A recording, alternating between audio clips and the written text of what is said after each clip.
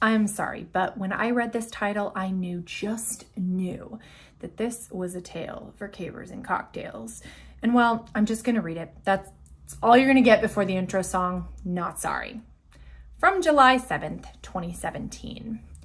The Vatican's Swiss guards break up a drug-fueled gay orgy in Pope Francis's backyard. Welcome to Capers and Cocktails, a true crime podcast that doesn't take itself too seriously and gives you something to enjoy while you listen. The following content may be disturbing to some. Discretion is advised. If you're enjoying one of our themed cocktails, ensure you're of legal drinking age and have fun, but drink responsibly.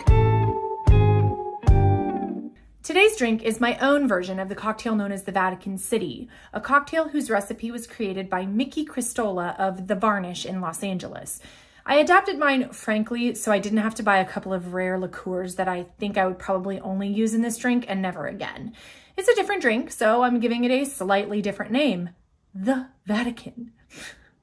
We remove the blank vermouth and gentian liqueur from the original and replace with a white wine and some bitters. Okay, so for this cocktail, you will add 2 parts white wine, half a part lime juice, 1 part simple syrup, and 2 to 3 dashes of bitters to a shaker with ice. Shake, shake, shake, shake, shake.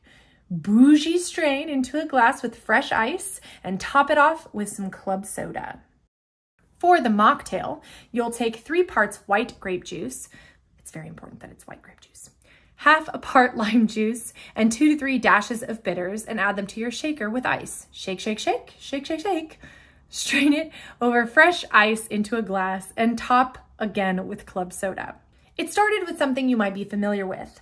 Loud music, funny smells, squeaky doors and beds, and laughter late into the night, all next door.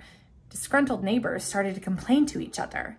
But calling the police or confronting the noisy tenant, complaining to the landlord, those, well, they weren't really an option in this case.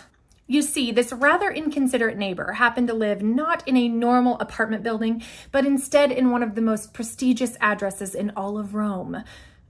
Okay, I'm gonna try. The Ex Sant Ufusio Palace, or in English, the Palace of the Holy Office. And indeed, it is a palace. Built in 1514 and located just south of St. Peter's Basilica and near the Petrine Gate to Vatican City, it is actually outside of Vatican City. However, due to some treaty signed in 1929, the building itself has extraterritorial status. More on that later. In 1524, the facade of the building was rebuilt in part by Michelangelo himself. The arched and recessed doorways have the mark of the master, and it remains a timeless piece of architecture and a significant building in the history and present of the Catholic Church. A massive, squarish, cube-ish shaped building, it takes up what appears to be an entire city block and does look a bit like a yellow hollow cube surrounding a courtyard. I don't know, that's the best way to describe it. If you're on YouTube, you can see the image. Today, the giant complex is home to dozens of high-ranking cardinals who can walk to work through the Petrine Gate and into their offices at the Roman Curia. In addition, it is the home of the Congregation for the Doctrine of Faith, a body responsible for the preservation and proclamation of Catholic doctrine. The title of this group was initially the Supreme Sacred Congregation of the Roman and Universal Inquisition, but they got rid of that mouthful sometime in the 20th century, and it is now pretty much universally referred to as the Holy Office. It is arguably the Church's most important canon law office. And today's story doesn't take place in just any one of those apartments in the Palace of the Holy Office. This was the home for over 20 years of the late Joseph Ratzinger, better known as that reluctant Pope Benedict XVI. So let's just say, in the world of the Catholic Church, this apartment is not just for any old rando.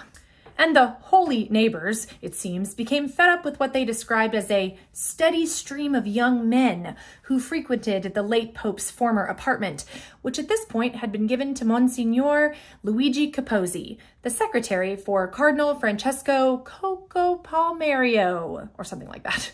The cardinal was responsible for deciphering and clarifying various parts of Holy Catholic laws in his job as the head of the Vatican's Pontifical Council for Legislative Texts.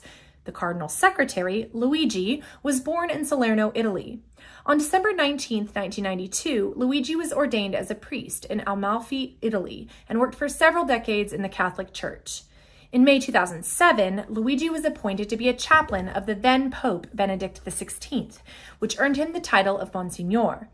In his job as secretary, Luigi answered calls and inquiries for Cardinal Francesco.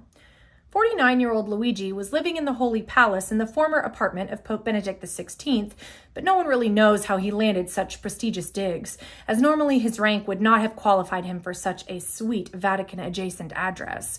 Evidently, Luigi had some influential friends. I mean, he was the chaplain of the Pope for a while, so I guess that makes sense. There are reports that he was in line for a bishop appointment. But in June of 2017, neighbors called the police. Despite the fact that this building sits solidly in the country of Italy because it has that fancy extraterritorial status, the police, in this case, are the Vatican's elite Pontifical Swiss Guard, otherwise known as the Papal Swiss Guard, or just the Swiss Guard. The Swiss Guard has its origins in the 15th century under Pope Sixtus IV. Initially, the group was made up of Swiss mercenaries. The size of the group has varied over the last 6 centuries and has at times been disbanded and then rebanded together. And since the assassination attempt of Pope John Paul II in 1981, the emphasis is placed on the group being less ceremonial and more guardy, I guess. Today, to become a member of the Swiss Guard, you must be a single Catholic male. What is the obsession with people in this church having to be single males? Anyway, between the ages of 19 and 30, and you must have completed basic training with the Swiss Armed Forces with certificates of good conduct. Oh, and you have to be at least 5 feet 8.5 inches tall. Once they apply and are selected, they must swear to the following oath. I swear that I will faithfully, loyally, and honorably serve the Supreme Pontiff, insert name of Pope here, and his legitimate successors, and dedicate myself to them with all my strength, sacrificing, if necessary, my life to defend them. I assume this same commitment with regard to the Sacred College of Cardinals whenever the apostolic see is vacant. Furthermore, I promise the commanding captain and my other superiors respect, fidelity, and obedience. I swear to observe all that the honor of my position demands of me. Members of the Swiss Guard serve for a minimum of 2 years and make about $25,000 a year. Oh, and they have to wear, in my opinion, some pretty silly-looking uniforms. That's probably the reason for the height requirement. I assume their room and board is also covered, but I gotta say, I don't think these dudes are doing it for the money. So anyway, back to our story. Angry neighbors, hordes of young dudes going in and out of Luigi's apartment, blah, blah, blah, blah. So when the noise and nightlife of some of Rome's cutest dudes got to be just a little too much, at least one neighbor gave a little ring-a-ding to the Swiss Guard. Allegedly, members of the Swiss Guard showed up to find a straight-up orgy in process. There, an uncorroborated number of young men were allegedly, writhing around the floor naked with Luigi and some other friends of Luigi. All the men had also, allegedly, taken some serious drugs and were super high.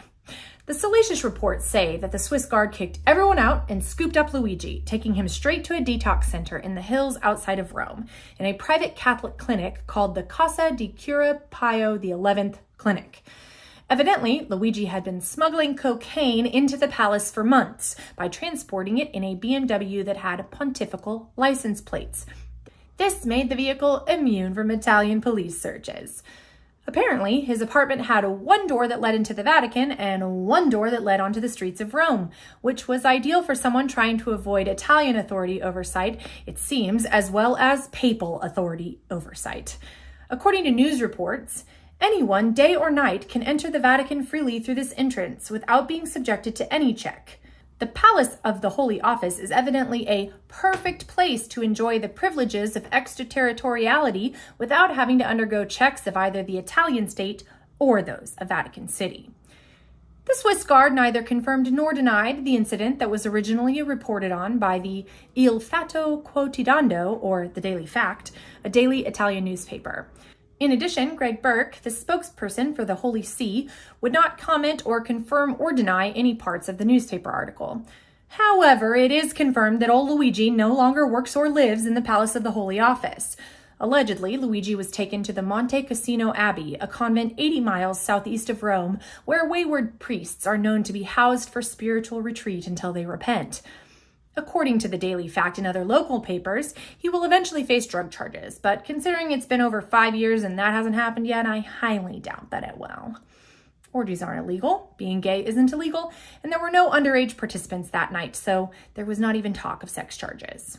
Listen, I want to be clear about something. I don't care so much about orgies or who does orgies with whom if everyone is of age and everyone is a willing participant.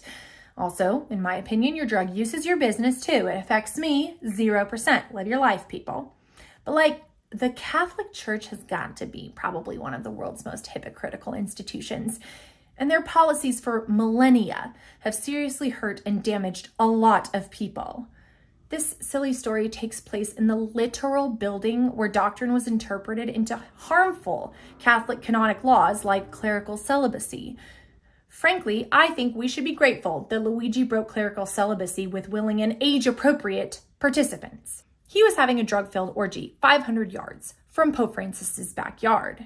Pope Francis's predecessor, Benedict XVI, who had also lived in that apartment, made efforts to, quote, root out sexual deviancy, end quote, meaning gay people, and break up a group of 4 to 5 gay folks from the Vatican who were trying to influence decisions. There has to be a better way here than rooting out gay people and forcing people who have consensual sexual relationships to go to a convent until they repent. No matter how hard I try, I can't think of a better way. Lord. For what it's worth, the secretary of the Swiss Guard said this story is seriously lacking in truth. Somehow I kind of doubt it. Earlier in 2017, Luigi's former boss, that cardinal with the long name, published his interpretation of Pope Francis's work, Amoris Laetitia, The Joy of Love, in which he argues that cohabitating couples and some remarried divorcees may receive Holy Communion. Big steps, big steps.